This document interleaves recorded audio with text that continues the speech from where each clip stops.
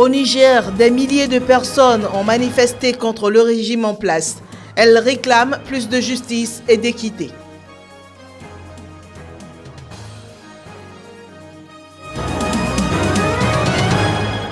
Au Soudan du Sud, 3 soldats et un commandant sont en arrestation. Ils auraient commis un viol collectif sur des filles et femmes.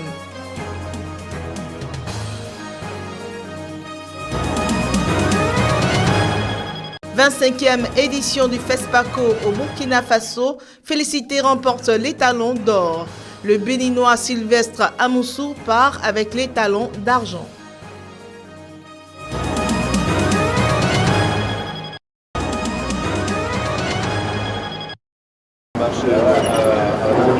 Félicité remporte l'étalon d'or du 25e Festival panafricain du cinéma et de la télévision de Ouagadougou. Il s'agit d'un film sénégalais réalisé par Alain Gomis. Ce dernier n'en est pas à sa première récompense. Il a déjà été récompensé en 2013 avec Tay. Le film raconte la difficile vie d'une chanteuse de bar à Kinshasa, confrontée à la pauvreté et à l'accident de moto de son fils. Il a obtenu il y a 2 semaines le grand prix du jury de la Berlinade. Raconter une histoire pour parler un peu de la difficulté quotidienne de cette femme qui se bat pour son quotidien et qui est une femme droite et digne. C'était un film pour nous sur la dignité et pour rendre hommage à la vie de nos concitoyens, de tous ceux qui se battent tous les jours et qui sont pour nous les véritables héros, quoi. Le cinéma, c'est une histoire pour moi en tout cas d'émotion et d'essayer de faire vivre au spectateur quelque chose comme s'il était là lui-même. Cette espèce de proximité que je recherche avec les acteurs, c'est cette zone de confiance où ils nous acceptent dans leur zone de sécurité et voilà, c'est ça qu'on essaye de mettre en place. Moi, j'essaie juste de transmettre l'émotion, quoi. C'était pas facile d'interpréter quelque chose qu'on n'est pas naturellement. C'était très difficile parce qu'il fallait faire les chansons pendant 2 semaines. Il fallait faire 8 chansons, apprendre à danser, apprendre à chanter. Tout ça, c'était pas facile, quoi. Sylvestre Amoussou, réalisateur du film anticolonialiste béninois Un orage africain, a reçu l'étalon d'argent. Il a mis en scène un président africain face aux multinationales occidentales cyniques qui tentent vainement de le déstabiliser après des nationalisations. Les spectateurs présents au Palais des Sports ont acclamé cette récompense de manière très bruyante. Le film avait remporté un immense succès lors de ses projections pendant le festival. Et enfin, le film marocain A Mile in My Shoes a reçu l'étalon de bronze.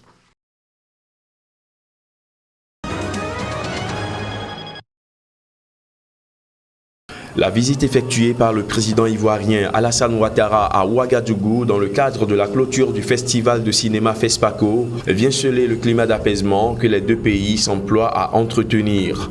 En effet, les relations entre la Côte d'Ivoire et le Burkina Faso, 2 pays frères et voisins, n'étaient pas des plus simples depuis l'insurrection populaire burkinabé et les épisodes des écoutes téléphoniques entre le président de l'Assemblée nationale ivoirienne Guillaume Soro et l'ancien ministre burkinabé des Affaires étrangères Djibril Bassoli. Depuis, les 2 pays ne cessent de se rapprocher.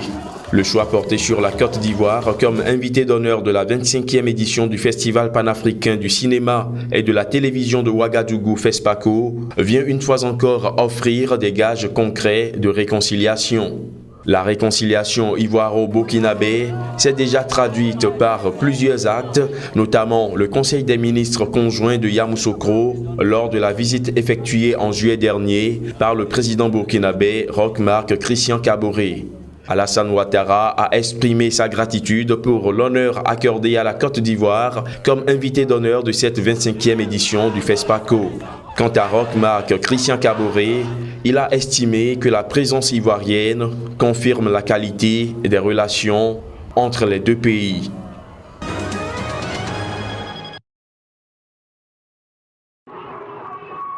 Des milliers de manifestants descendus dans les rues de Niamey ce samedi pour protester contre le régime du président Mahamadou Issoufou.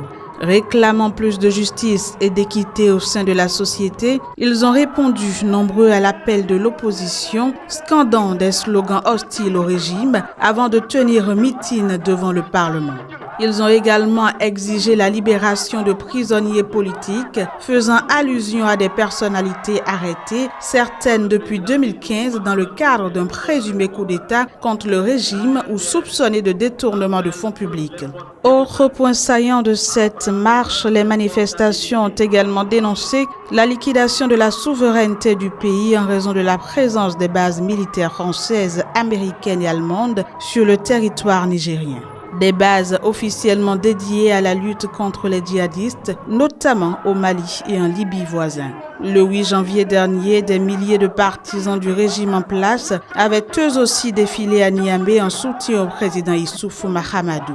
Ce dernier étant fortement critiqué par la société civile contre la vie chère, la corruption et la mauvaise gestion du pays.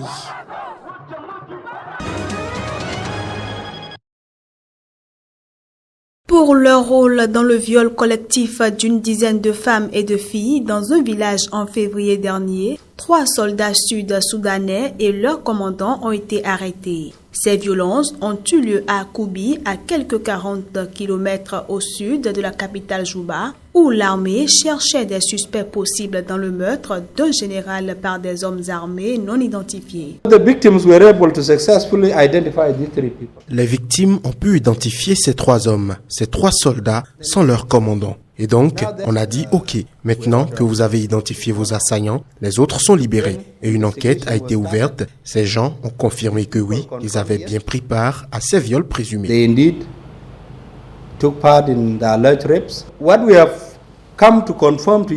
Ce que nous sommes venus vous confirmer aujourd'hui, c'est que la SPLA est heureuse d'annoncer l'arrestation de ces 3 soldats de la SPLA accusés d'être impliqués dans les crimes commis contre des civils dans le village de Koubi le mois dernier. Les accusés vont être soumis à une procédure pénale selon les lois et régulations de 2009 de la SPLA. Et s'ils sont reconnus coupables, ils seront punis pour leurs actions. Depuis le début de la guerre civile en décembre 2013, les troupes du président Salva Kiir et les milices qui leur sont alliées ont été accusées de massacres à caractère ethnique, de viols, d'esclavage sexuel, de pillage et du recrutement forcé d'enfants soldats. Pareil pour les forces rebelles sous les ordres de l'ancien vice-président Riek Machar qui font face aux mêmes accusations.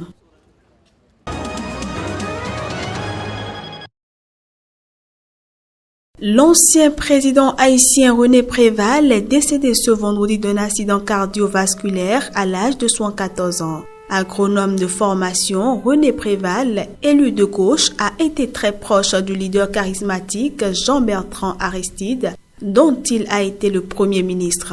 Il a dirigé le pays de la Caraïbe durant 2 mandats entre 1996 et 2001, puis de 2006 à 2011. C'est lui qui était à la tête du pays lors du terrible tremblement de terre qui a tué plus de 220 000 personnes le 12 janvier 2010. Très affecté et critiqué après le séisme, les Haïtiens lui avaient reproché sa volonté d'imposer le candidat de son parti pour sa succession en octobre 2010. Très discret et sortant rarement en public, René Préval n'en est pas moins resté une personnalité politique incontournable des 30 dernières années en Haïti. Divorcé et remarié, il était père de 2 filles et 1 fils.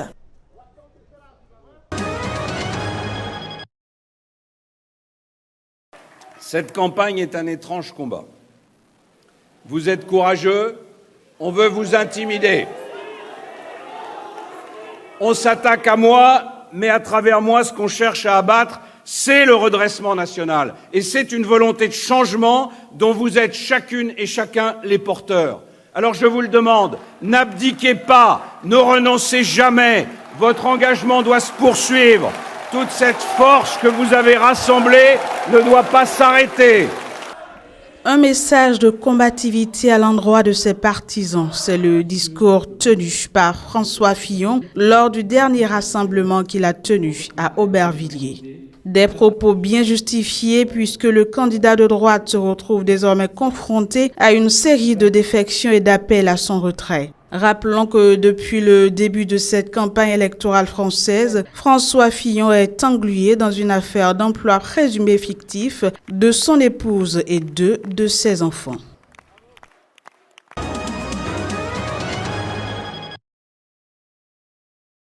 Selon une source gouvernementale allemande, la chancelière Angela Merkel prévoit de rencontrer le 14 mars à Washington le président américain Donald Trump. Pour sa part, le porte-parole de la chancelière Steffen Seibert a indiqué que plus d'informations sur cette rencontre seront communiquées au moment opportun. Depuis la prise de fonction de Donald Trump fin janvier, la chancelière allemande et le président américain se sont parlé une fois au téléphone. Et l'annonce de la date de la première rencontre entre ces deux dirigeants était attendue. Angela Merkel avait mis en garde contre la tentation du protectionnisme, se lançant notamment en février à Munich, devant le vice-président Mike Pence dans un plaidoyer contre le repli sur soi. Elle a aussi par le passé critiqué certaines des positions du milliardaire américain, qualifiant par exemple d'anti-musulmans son décret destiné à limiter l'immigration vers les États-Unis. Tout en critiquant la chancelière pour sa décision catastrophique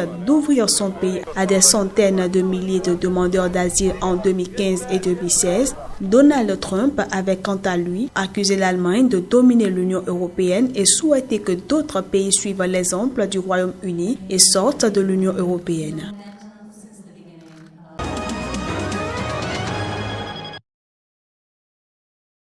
Afin de réclamer la législation de la prostitution en Ukraine, plusieurs dizaines de travailleuses du CES et de militants pour la défense des droits de l'homme ont manifesté ce vendredi pour la première fois dans le centre de Kiev. Les manifestants ont marché jusqu'au Parlement pour réclamer l'abolition de la loi interdisant la prostitution.